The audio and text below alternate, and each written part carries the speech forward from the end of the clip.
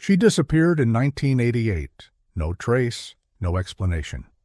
37 years later, someone spots her. In the background of a live TV broadcast, same scar, same eyes, but she has no memory of ever being missing. And what she finds buried beneath the old oak tree changes everything. Stay with us. This story only gets more disturbing the deeper it goes. And tell us in the comments, where are you watching from? The television flickered. Not because it was broken, but because it was old, one of those heavy RCA consoles from the late 80s, still resting in the corner of a wood-paneled living room, surrounded by dusty VHS tapes, silent picture frames, and a faint smell of lavender and mothballs. It was a quiet Tuesday evening in Helena, Montana, the kind where the wind tapped gently against the windows, and the mountains in the distance began to darken under the descending dusk. On the screen, a local news segment was wrapping up, covering a high school marching band's performance in a county fair 2 towns over. Claire Jensen hadn't meant to sit down and watch. She rarely watched TV anymore, not since Paul passed, and certainly not since the digital age swallowed everything familiar. But there was something about the way that grainy footage shimmered, like a ghost dancing through static, that made her pause. In the background of the shot, among a crowd of onlookers clapping along the parade route, stood a woman. She wasn't doing anything strange. She wasn't waving or holding a sign. She was just there, quiet, still, wearing a beige coat and scarf, hands clasped loosely in front of her. Her eyes weren't on the camera. In fact, her entire body seemed turned away from the scene, but a single comment on the live broadcast's re-upload would unravel everything. Is it just me, or does the woman at 142 look exactly like Claire Markham, the girl who vanished from Boulder in 1988? Claire didn't see the comment that night. In fact, she wouldn't learn about it for another 5 days. But for now, she simply sat back, absent-mindedly watching the ending credits roll, unaware that her past, a past she never even knew she had just walked back into her life. And someone recognized her. The story had gone cold decades ago. July 12, 1988, Boulder, Colorado. The summer heat was unbearable, but no one seemed to care. The streets bustled with kids on bikes, parents pushing strollers, and teens gathering outside the 7-Eleven with big gulps and sunflower seeds. The scent of fresh-cut grass and distant barbecue lingered in the air. The hum of sprinklers echoed off suburban fences. And somewhere, a little girl named Claire Markham disappeared. She had been playing with sidewalk chalk just a few feet from her porch on Maplewood Lane. Her mom, Leanne, was inside folding laundry. Her baby brother, Lucas, was asleep in a playpen. It wasn't like she wandered far. Everyone knew Claire. She had a favorite swing at the park, a spot at the lunch table, a red backpack with glittery unicorn stickers. She was 6 years old. She didn't just vanish, but that's exactly what happened. By the time Leanne stepped outside, the chalk was still warm on the pavement. Her daughter was gone. No scream, no sound. Just an open gate and an empty yard. In the years that followed, theories bloomed like wildfire. A wandering stranger, a botched custody grab, a neighborhood secret. Police combed creeks, basements, fields, nothing. Not a shoe, not a strand of hair, not a footprint in the mulch. The case faded, the house was sold, the family moved. And little Claire Markham became another black and white photo on a telephone pole, her smile slowly curling under rain and time. Back in Helena, Claire Jensen woke up the next morning to the smell of coffee. She lived alone now in a modest single-story home on the edge of town, pale blue siding, wind chimes on the porch, a backyard she rarely used. Her morning routine hadn't changed in years. Feed the cat, make toast, drive to work at Dr. Huss. Levine's dental clinic, where she greeted patients with a soft smile and organized the same 4 drawers over and over. She was 42, quiet, polite, and a little old-fashioned. She liked knitted sweaters and kept her phone on silent. There was always a slight air of distance about her, like someone who enjoyed people, but not too closely. Most assumed she was an only child. Claire had no memory of parents, no recollection of school before 5th grade, no baby pictures, just a few albums starting in 1994, all carefully labeled by Paul Jensen, the man who raised her. He used to say, "You came to me late, Claire, but you've been the greatest gift I never expected."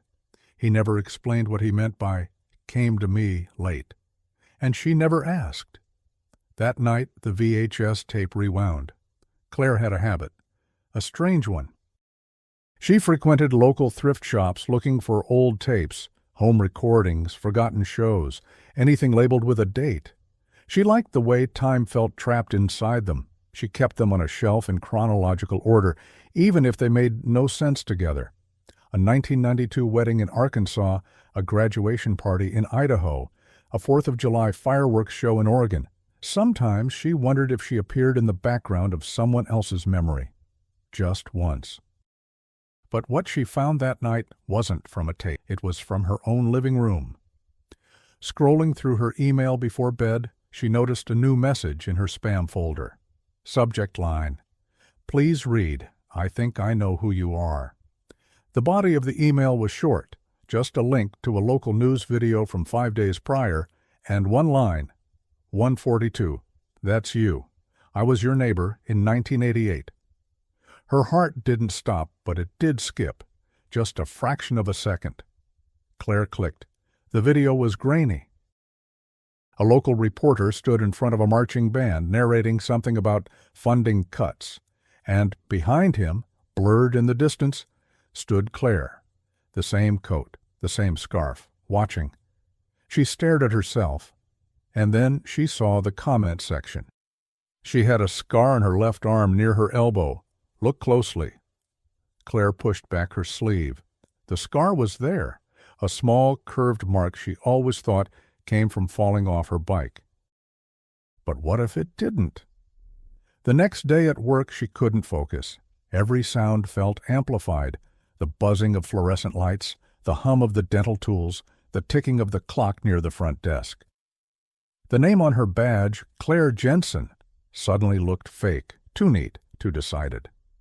That night, she pulled out the oldest album Paul had made. There were no baby photos. Her earliest picture was from a snow day in 1994, standing next to Paul in front of a mailbox. Her smile looked natural. But now she wasn't sure. In the corner of that photo was something strange. A faded sticker on the mailbox. A unicorn, glittery, just like the ones she used to collect on her backpack. She had never told Paul about that. A knock at the door broke her spiral. When she opened it, a woman stood outside, mid-40s, short brown hair, nervous hands. "Claire?" she asked. "Yes? I'm sorry to show up like this. My name is Amy Callahan. I know this is going to sound insane, but I think I knew you when we were kids." Claire stared. Amy reached into her pocket and pulled out a folded photograph, a class picture from 1987, 2nd grade, 20 kids, a small school banner. A girl in the front row with braids and a red bow. Claire looked at the girl, and then she looked at herself. The same eyes, the same scar, the same smile. Amy whispered, voice shaking, "You were my best friend. You were Claire Markham." "And you disappeared." Claire steps back, gripping the photo, her breath shallow. Amy's voice echoes like a whisper from another life. "They told us you were dead." But Claire was standing there, alive, and she had no memory of ever being sunk. The photograph sat on the kitchen table for 3 days. Claire didn't move it, didn't touch it, just stared. 20 children lined up in neat rows. A banner reading Maplewood Elementary, class of '87. And that girl in the front, pigtails, red bow, tiny hands resting in her lap. She couldn't deny it. It was her face. But she didn't remember being in that classroom. She didn't remember the bow or the children around her. The memory felt like a dream someone else had, and accidentally left behind in her mind. Claire Jensen had lived in Helena since she was 11 years old, or at least that. Paul Jensen had been her world. A gentle, widowed man in his 40s who worked at a sawmill and kept a vinyl record collection he never played. He wasn't affectionate, but he was present. Always. He cooked. He asked about her day. He kept her lunch boxes labeled in the freezer. He'd tell her bedtime stories about the stars, how people became them when they disappeared. When Claire was 12, she asked, "Where's my mom?" Paul had said gently, "She couldn't stay, but she loved you. That's all you need to know." She didn't push. She had no reason to. Her life had been, by all appearances, quiet. She went to Jefferson High, ran track, had a friend named Natalie Chen who loved making collages and dreamed of moving to Seattle. Claire stayed behind, took a job at a local bookstore, then moved to the dental office when Dr. Levine offered more stable hours. She met someone once, Ethan, a mechanical engineer from Missoula. They dated for nearly 2 years. He said she was lovely, but sometimes hard to reach. "You always feel like you're somewhere else," he told her. She hadn't known how to answer, because, in a way, he was right. There was always a sliver of distance inside her, something off, as if a page had been ripped out of the beginning of her story, and no one bothered to tape it back in. She didn't remember her first day of school, didn't remember ever learning to tie her shoes, didn't remember any birthday before age 10. It wasn't something she thought about often. But every once in a while, when the air smelled a certain way or a song from the 80s played in a grocery store, something would flicker in her chest, like a name she couldn't recall, like someone was missing. Now, Claire sat in her backyard, legs crossed under her, the old class photo in her lap. The air was crisp, the sun was low. A wind chime danced above her head, ringing hollow against the silence. She hadn't spoken to Amy again. After the first visit, Claire had thanked her, told her she needed time, and closed the door. Amy had left her phone number written on a napkin. Claire hadn't called, but she had Googled everything. Claire Markham, missing, 1988, Boulder, Colorado. There were articles, not many. Some archived news segments, a few digitized photos of a 6-year-old with missing teeth and a unicorn backpack, a tiny scar on her elbow. She was last seen around 4:15 p.m., drawing with sidewalk chalk. Claire pressed a hand to her mouth. She had never told anyone, but she hated chalk, the sound of it. Even now, the thought of it made her cringe. Was that a memory or just suggestion? At work, she began to observe herself differently. She'd look at her own reflection in the window while typing. She'd notice the way her hands moved, delicate, quick, the way she winced at loud noises, the way she avoided eye contact. When nervous, she started cataloging herself like a stranger, as if studying a case. And that's when she found the journal. It wasn't hidden. It sat on the top shelf of her bedroom closet, inside a worn shoebox filled with old Christmas cards and receipts. A maroon leather-bound notebook, aged at the corners, with a dried flower pressed between the first 2 pages. There was no name inside, just dates, beginning in September 1994. Claire is adjusting well, still quiet, but I'm told that's expected. She flinched when I dropped a glass in the kitchen. I think loud sounds scare her. She turned the page. She asked today why we don't have baby pictures of her. I told her we lost them in a storage flood. She seemed to accept it. I feel like a criminal. Claire stared. Page after page, Paul's handwriting filled the journal. Notes, reflections, confessions. He loved her. That was clear. But underneath every line was a quiet guilt, stitched into his sentences, like a secret trying to bleed out. I never asked where she just agreed to raise her. I believed I was helping. Maybe I was. But the nights are getting harder. She has dreams. She talks in her sleep. Sometimes calls out for someone. I can't make out the name. Claire put the journal down. Her hands trembled. Everything she thought she knew about her life had been built on silence, on omission, on gentle lies. The next day she visited the library. She checked public records, birth certificates, census data. Nothing under Claire Jensen before 1994. No medical records, no enrollment prior to 6th grade. She might as well have appeared out of thin air. She sat in the back corner of the archives room, surrounded by dust and microfilm, trying not to cry. A librarian passed and paused gently. "Need any help?" He said. "I think I've been missing for a long time." Margaret Doyle, retired journalist, age 71. She was the one who originally covered the 1988 disappearance of Claire Markham. Now living in Spokane, she was spending her days digitizing old case files for a true crime blog. She hadn't thought about Claire in years, until someone sent her a clip from the news. She zoomed in, adjusted the lighting. Her heart stopped.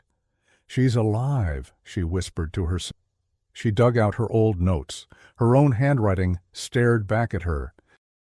Witness across the street, an elderly woman, said she saw a light blue sedan parked near the house the day Claire vanished. Described a man, maybe 40s, long coat, never identified.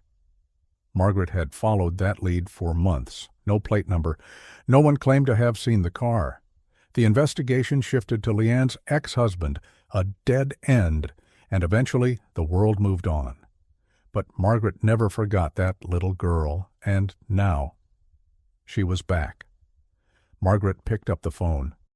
"I need to speak to someone from the Helena Police Department," she said. Back in Helena, Claire stood at the edge of her driveway. There were boxes in the garage Paul had never let her open. He told her they were just old tools, useless junk. But something about that now felt untrue. She broke the lock. Inside were 4 boxes, marked only with letters, L, M, C, and S. She opened the one marked C. Inside were drawings, crayon scribbles, names she didn't recognize. One said, "To Clary, love Mommy." Another had a rainbow over a house with stick figures labeled Me, Mommy, and Luca. Claire pressed a trembling hand over the paper. There was no mistaking the handwriting. It was hers. At the bottom of the box, she finds a cassette tape, labeled simply Claire, age 5. She holds it in her hand, heart pounding. No player, no way to hear it yet. But the past had just spoken, and it left her a voice. The cassette tape sat on the coffee table like it was breathing.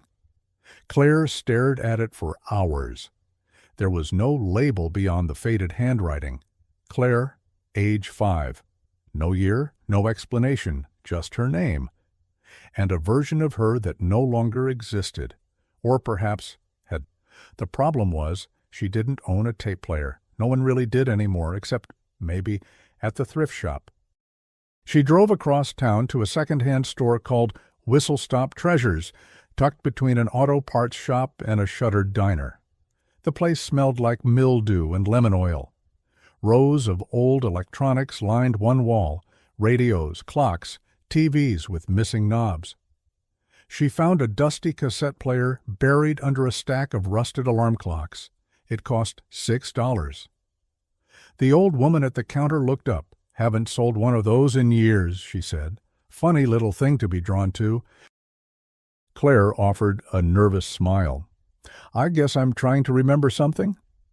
Back home, she closed the blinds, unplugged the refrigerator just for silence, and sat cross-legged on the rug. The cassette player clicked when she slid the tape in. For a second, there was only static. Then, a voice. Not hers, not Paul's. A woman. "Okay, you ready, sweetheart? Let's sing our favorite." A pause, a shuffle. Then a high, soft child's voice began to sing. "Twinkle, twinkle, little star." Claire froze. It was her voice. She knew it in her bones. The woman sang along softly. At the end of the song, she laughed. A sound like wind chimes. "That was perfect, Clary. Mommy's so proud of you." Claire's stomach dropped. Mommy. No part of her recognized the voice. But the emotion behind it, that aching love, that unguarded tenderness, was overwhelming. "Say goodnight." "Good night, tape?" She pressed stop. Her hands were shaking. She didn't sleep that night.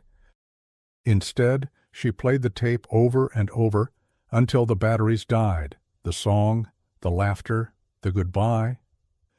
She began to remember things she couldn't explain: the shape of a green couch, the sound of a screen door slamming, the smell of cinnamon toast. They were fragments, out of order, like broken glass scattered across the floor. The past wasn't gone. It was buried. And now it was waking up. 2 days later, Amy called. Claire hadn't saved her number, but the voice was familiar. "Hey, I'm sorry to call. Something weird happened." Claire sat up. Amy continued. "I went back to my mom's place in Boulder, was going through old boxes. I found a drawing. I think it's from you. It's of you and me. You wrote, 'Me and Amy best friends forever,' in that backwards kindergarten handwriting." Claire blinked. "I don't remember." "I figured, but there's something else. There's a third person drawn, a tall man, in a long coat. His name scratched out, like violently. I think it was someone you were afraid of." Claire's mouth went dry. Amy added quietly, "I'm bringing it to you." That night, Claire sat on her porch, wrapped in a blanket, watching the sky. She tried to think back, past the point where her memory became fog, past the edge of her known. Nothing came. But she did remember a dream she used to have, a recurring one. She'd be in a car, in the back seat, trees rushing by, her hand pressed to the window. A voice humming in the front seat, and then silence and cold and darkness. She used to wake up crying. Paul said it was just a nightmare. Now she wasn't so sure. Margaret printed out every known article about the case. She mapped locations, reconstructed timelines. One thing stood out: a false tip from 1989, called in by a woman who claimed to have seen Claire at a gas station in Butte, Montana. At the time, the lead was dismissed, but now Butte was 2 hours from Helena. Margaret reopened the police report. It had never been followed up properly. She booked a flight. Claire met Amy at a cafe off the main road. Quiet, warm lighting, smell of roasted coffee beans. Amy looked older than she remembered, more fragile, but her eyes held the same warmth. They hugged awkwardly. Amy pulled out the drawing. Claire stared. 2 girls with stick arms, one labeled me, the other Amy, and next to them a man, scribbled out with black crayon, violently. Claire reached out. Her hand hovered over the figure. "I was scared of him." Amy nodded. "You wouldn't say his name." Claire looked up. "I think he took me." In the following days, more pieces surfaced. She found a small bracelet in a box of old sweaters, woven thread, rainbow-colored. She wore it without knowing why. She visited the library again, pulled yearbooks from Boulder schools. One had her photo, 2nd grade, Claire Markham. She showed it to Natalie, her oldest friend in Helena. Natalie stared for a long time. "Why didn't you ever tell me?" Claire swallowed. "Because I didn't know." After receiving Margaret's report, Helena PD assigned Detective Mendez to the cold case. She was 39, had lost her own daughter at birth. Something about Claire's case lit a fire in her.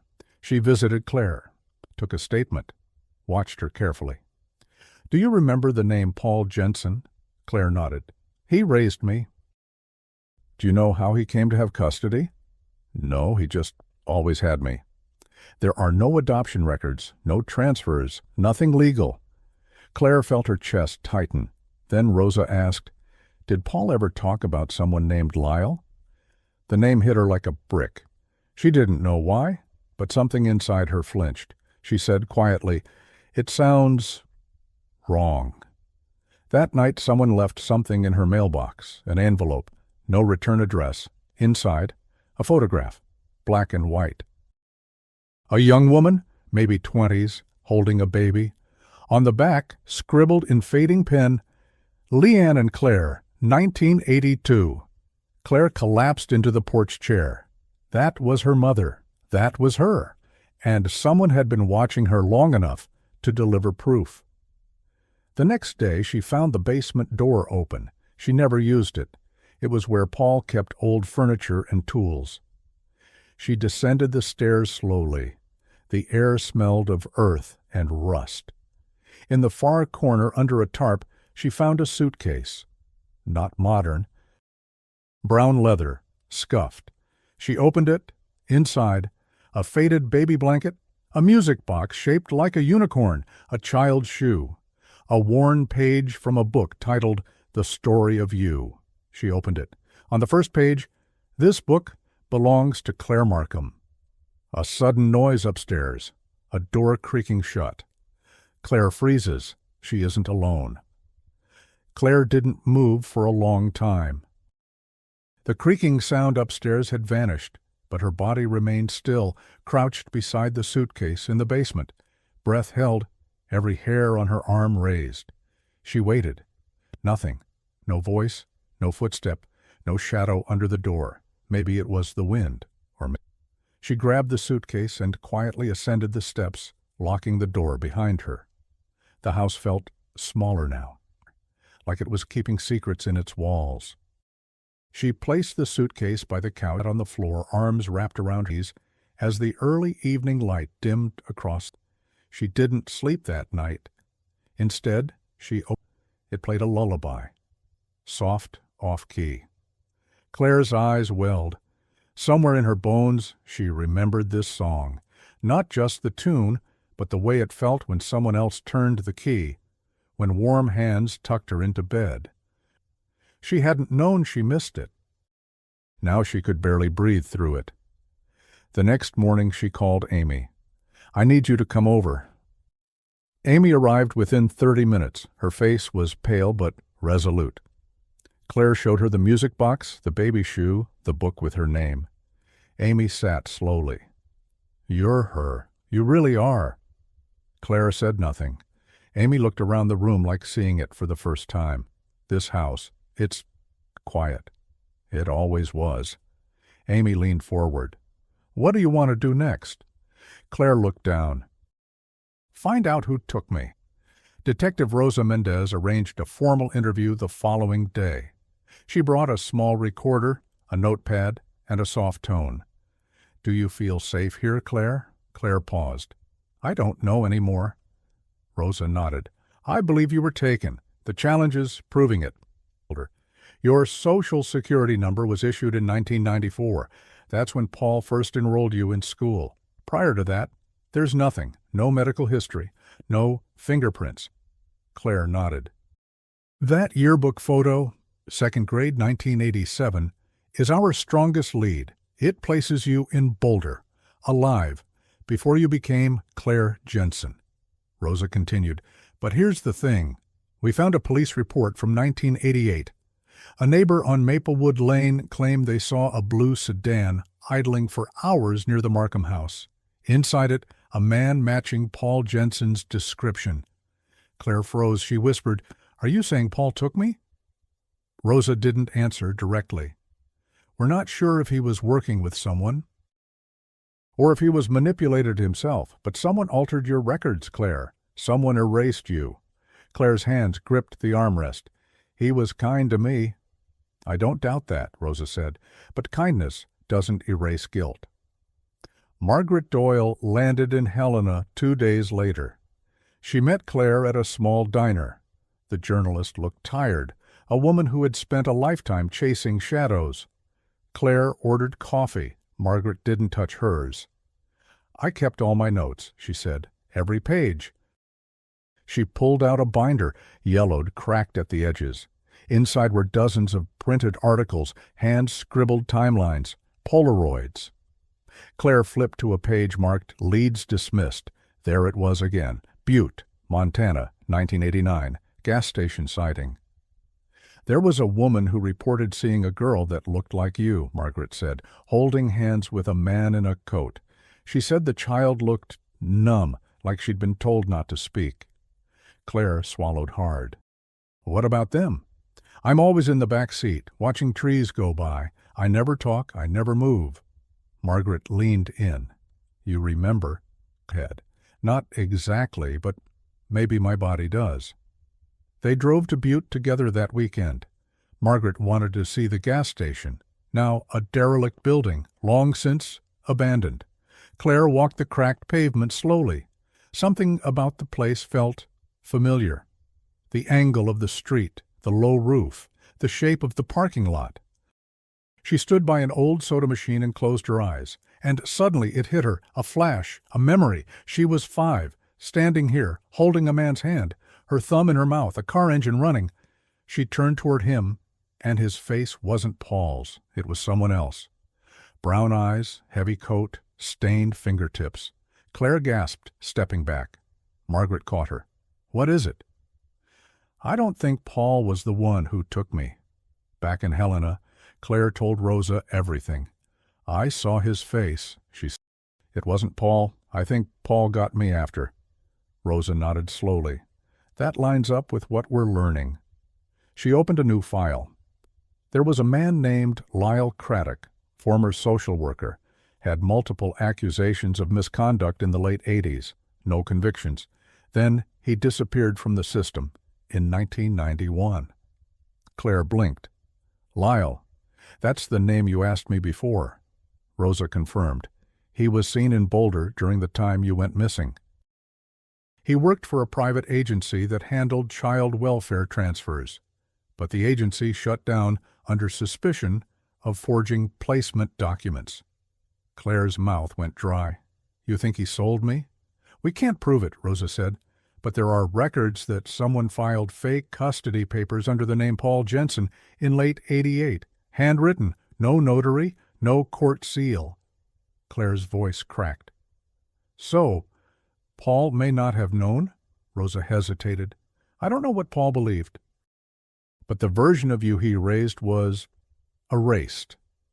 The next week brought chaos.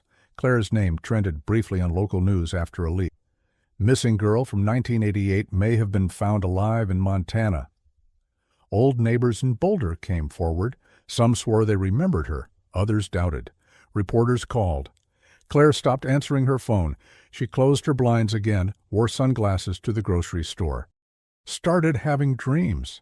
Of voices shouting, of doors slamming, of someone pulling her by the wrist. Margaret and Amy checked on her daily. You're not alone, Amy. Claire whispered, but I was, for a very long time. One afternoon, Amy brought her a gift. A first-grade yearbook she found in a thrift store bin in Boulder. Claire flipped through it slowly, and then she stopped, her own handwriting.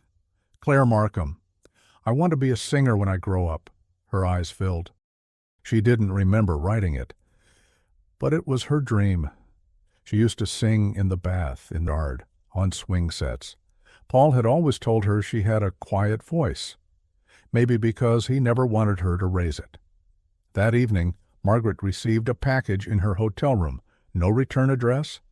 Inside, a VHS tape. A note.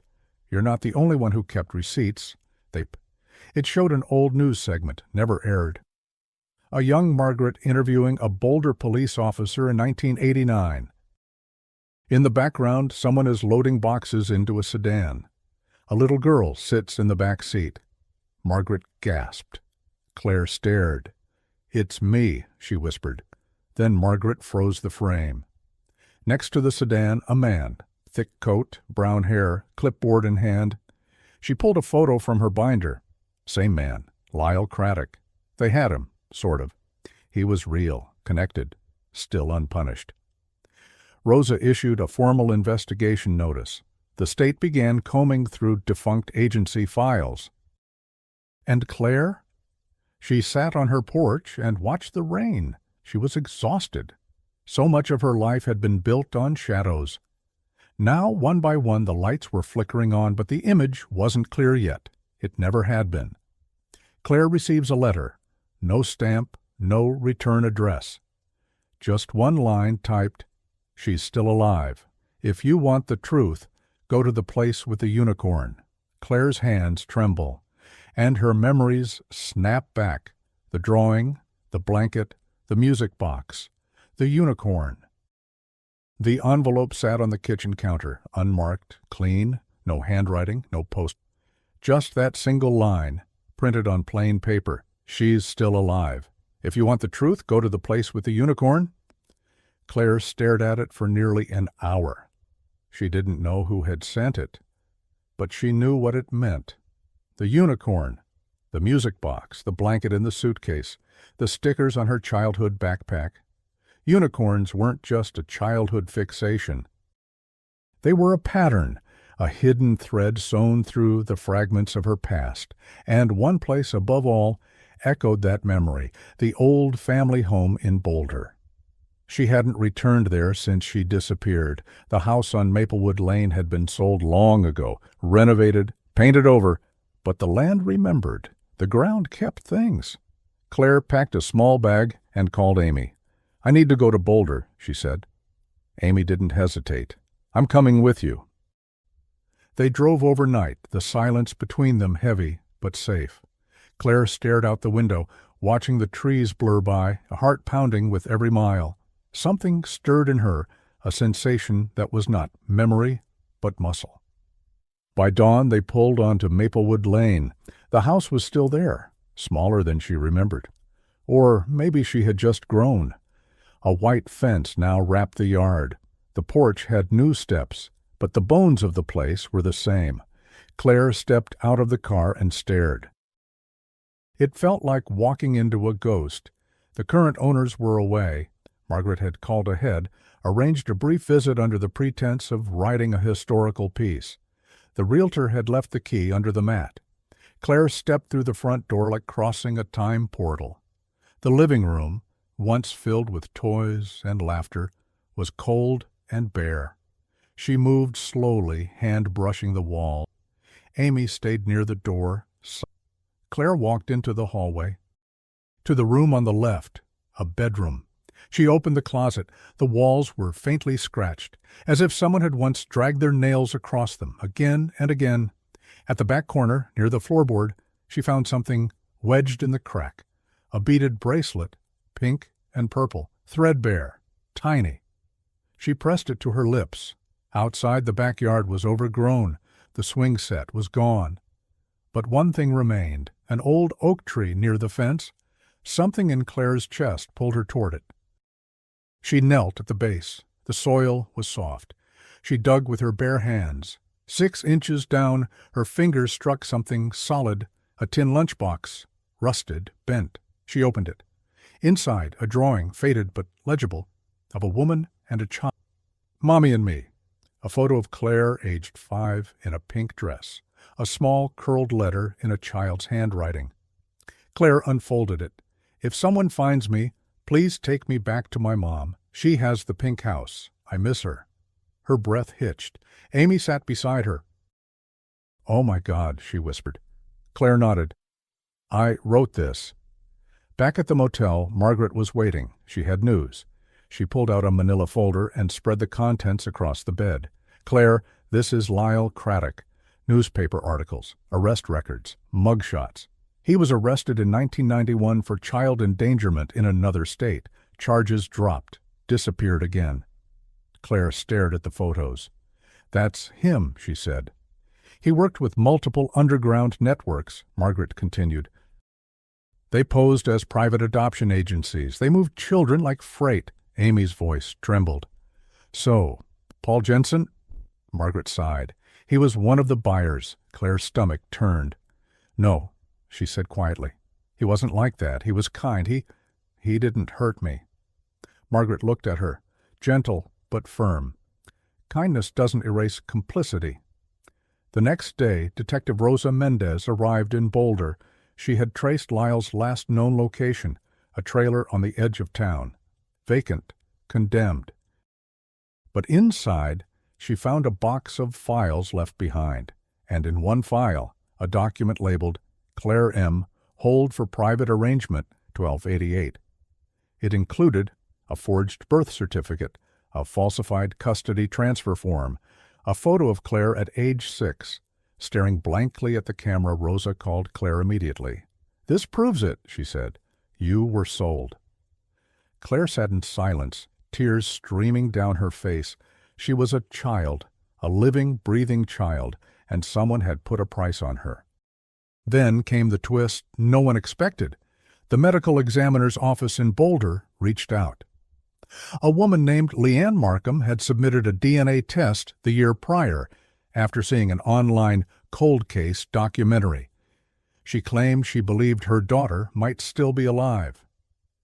The test had been entered into a national missing persons database with no matches. But Rosa requested a fresh comparison.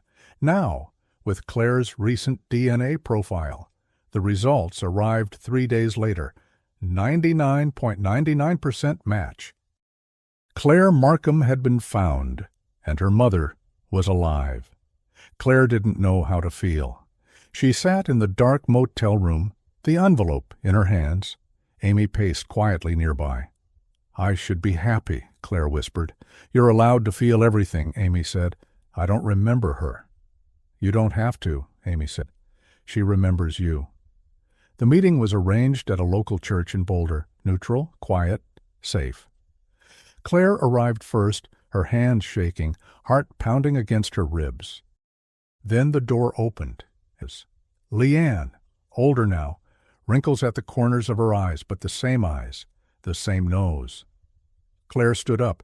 Neither of them spoke. Then Leanne stepped forward and hugged her, tight, unshakable. "My baby," she sobbed. "My Claire." And for the first time in her life felt home. They talked for hours. Leanne shared stories. Claire's favorite cereal, her obsession with unicorns, how she used to sing to the cat. Claire cried. Some of it sounded familiar, some of it didn't. But it all felt right. She learned that Lucas, her baby brother, had died in a car accident at 17. She learned her father had passed from cancer years before. She learned that Leanne had never stopped searching. She had mortgaged the house, sold her car, lost everything chasing, but she never gave up. A week later, Rosa delivered one final discovery. Paul Jensen had known. In his personal letters found in a storage unit, there were notes revealing he discovered the truth years later, that Claire had been stolen, that Lyle had lied to him. But Paul chose not to return her. He was afraid of losing her. He wrote, "She is my whole world. I didn't take her, but I can't give her back. Maybe that makes me a coward. Maybe that makes me a monster. But I love her like she's mine." Claire read the letter and broke, because she loved him too. And now she didn't know who he truly was. A final envelope arrives at her doorstep in Helena. Inside, a photo. A little girl, smiling, holding a unicorn toy, written on the back, "She's not the only one." It rained for 3 days straight. Not the kind of rain that comes and goes, but a steady, quiet drizzle, like the sky itself was grieving. In Helena, the streets were gray. People moved slower. And inside her home, Claire Markham sat by the window, the unopened envelope in her lap. The photo inside still haunted her, a little girl smiling, holding a unicorn plush, with the words, "She's not the only one." The implication was clear. Someone else was out there. Like her, another child taken, another life rewritten. But Claire didn't move. Not yet. She was still trying to glue the pieces of herself back together. Paul Jensen's handwriting had never wavered. The letter Rosa delivered was dated 3 years before his death. The ink faded, the words heavy. "I don't know if you'll ever learn the truth, Claire, but if you do, I hope you understand I never meant to be the villain in your story. You were light in a dark room, a reason to live. I didn't take you, but I kept you, and maybe that was just as cruel. I'm sorry." Claire read it a dozen times. She cried for the man who raised her. She cried for the little girl who lost everything, and she cried because both of them were inside her, and always would be. The meeting with Leanne was arranged again, this time in Helena. Leanne walked into the cafe slowly, nervously, a woman unsure of her place in her own daughter's life. Claire stood. They hugged. No words, just trembling arms. They sat across from each other. Leanne spoke first. "I keep waiting to wake up, to realize I imagined all of it, that I didn't find you." Claire smiled gently. "I used to dream I had a mother. I just didn't know if she was real." Leanne reached across the table. "You were never gone from me." "Not really?" Claire swallowed. "I wish I remembered more." "You don't have to," Leanne said. "We can start from here." They spent the afternoon walking around town, a park, the bookstore, the grocery store where Claire worked. Leanne asked questions about her life, her favorite food, her routines. Claire listened to stories from Boulder, how she used to line up stuffed animals before bedtime, how she named a worm Martin, how she refused to eat green grapes. They laughed and cried. By sunset, they were seated side by side on a bench near the river. "I want to show you something," Claire said. She pulled out the drawing from the lunchbox. Leanne gasped. "You kept this?" Claire nodded. "I buried it. I think I knew someone would find it one day." They held it between them as the wind carried the scent of pine and memory. Margaret was preparing to return to Spokane. She had declined multiple offers to publish Claire's story. "This one belongs to her," she told reporters, "not to me." Before leaving, she met with Claire one last time. "I was 35 when you disappeared," she said. "I followed your case for months. I used to drive past your school. I blame myself for not digging deeper." Claire touched her hand. "You helped find me." "That's what matters now," Margaret smiled. "If you ever want to tell your story, I'll help you do it the right way." Claire nodded. "Maybe someday." Amy had become a constant in Claire's life again. Not just a witness to the past, but a part of her present. They walked the neighborhoods of Boulder, found their old school playground. Claire climbed the monkey bars. Amy took a photo. "You were always braver than me," Amy said. Claire shook her head. "No, I think I just forgot how scared I was." They stood in silence. Then Amy asked softly, "Do you want to find the other girl?" Claire looked at her. "I have to." Detective Rosa Mendez followed the lead from the new envelope. The unicorn plush in the photo was traced back to a limited run in 1986, sold only in 3 western states. Rosa cross-referenced missing persons from that region, focusing on girls aged 4 to 7, last seen around the same time as Claire. One name rose to the top: Madison Riley. Vanished 1989. Salt Lake City. Never found? No sex. The only clue: a stuffed unicorn missing from her bed. Rosa arranged a meeting with Madison's mother, Karen, now 63. She brought Claire with her. Karen sat across from Claire in a small library meeting room. Her hands trembled. You look like her," Karen said. "Same cheekbones." Claire reached into her bag and pulled out the unicorn music box. "I think our lives were connected." Karen held the music box. Tears fell silently. "I thought I was crazy. I thought I was broken." Claire placed her hand over hers. "You were never crazy?" He sat in silence, the only sound being the soft ticking of an old wall clock, and the whir of time unraveling. A week later, a phone call. Rosa again. They found Lyle Craddock. He was living under an alias in Oregon, sick, dying. She offered Claire the chance to see him, to confront him. She said no. Then changed her mind. The hospital was small, clinical. Lyle lay in a bed near the window, gaunt and gray, oxygen tubes in his nose. Claire stood in the doorway. He looked at her. His eyes widened. "I know you," he croaked. Claire stepped forward, voice steady. "You don't know me. You stole me." He coughed. "I gave you a better life." "You sold me," she said, "like a thing, like I wasn't a person." Lyle looked away. "I did what I was paid to do." Claire's hands clenched.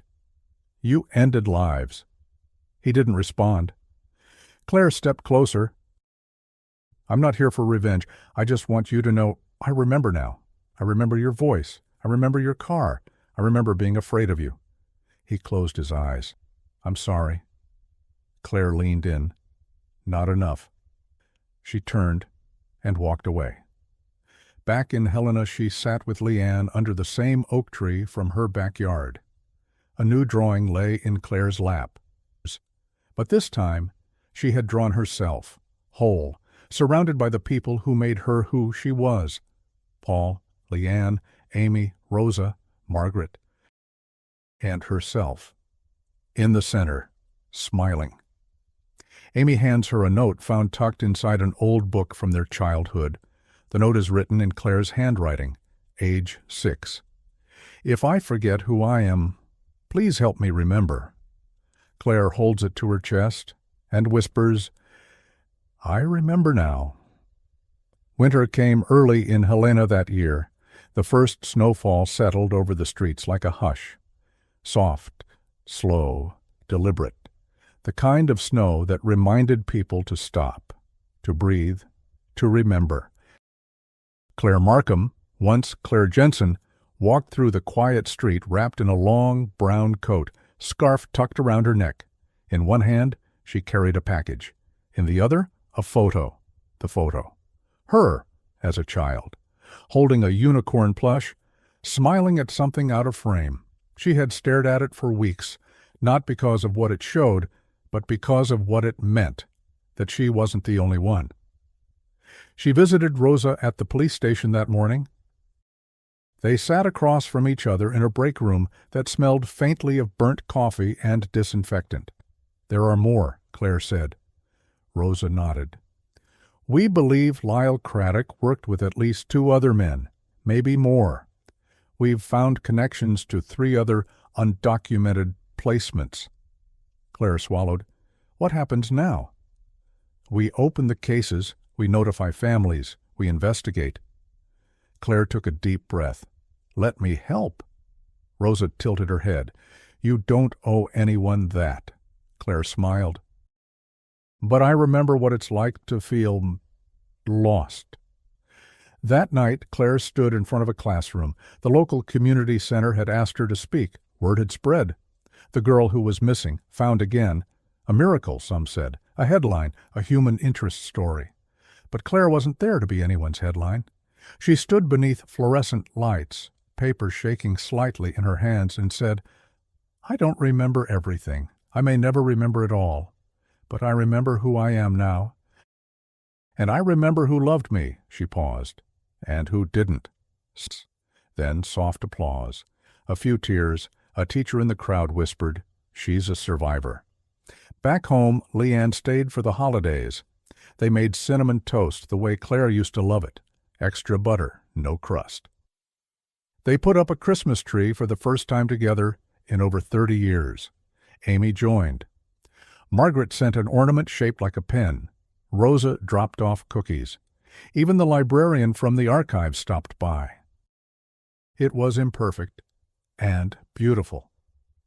Claire sat one night by the tree and looked at the drawings on the fridge. One of her as a child, another of her today. She had drawn them side by side, each holding the other's hand. The girl who was taken and the woman who came back. In January, Claire launched a small nonprofit, the Unicorn Project.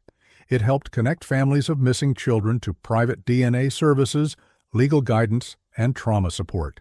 She received hundreds of letters. Most were from mothers. Some were from adults who had always felt misplaced. She read everyone. She answered everyone. One letter stood out. It was written by a woman in Nevada. Her name was Sarah. She said she had no memories before age 7, no birth certificate, and she couldn't shake the feeling that someone was missing her. Claire folded the letter and placed it gently into a new folder labeled. And that night, as she lay in bed, Claire whispered, because once she had needed someone to say the same. The seasons passed, snow melted, grass returned, the oak tree in her backyard bloomed again. Claire sat under it one afternoon, drawing in a sketchbook. This time the page was full. A house, a woman, a child, a swing set, a cat, a bookshelf, a music box. and a girl in the middle holding it all together. She signed it, Claire Markham, 2025. She smiled. Because for the first time, her name made sense. Claire visits Paul's grave. She kneels quietly, no flowers, just presence. She places something at the base, a copy of her drawing. "I wish you had told the truth," she says softly, "but thank you for keeping me alive." She stands. Wind rustles the trees. Somewhere, a chime rings, faintly. The past didn't vanish. It was waiting, just quiet enough to be heard when I was finally ready to listen.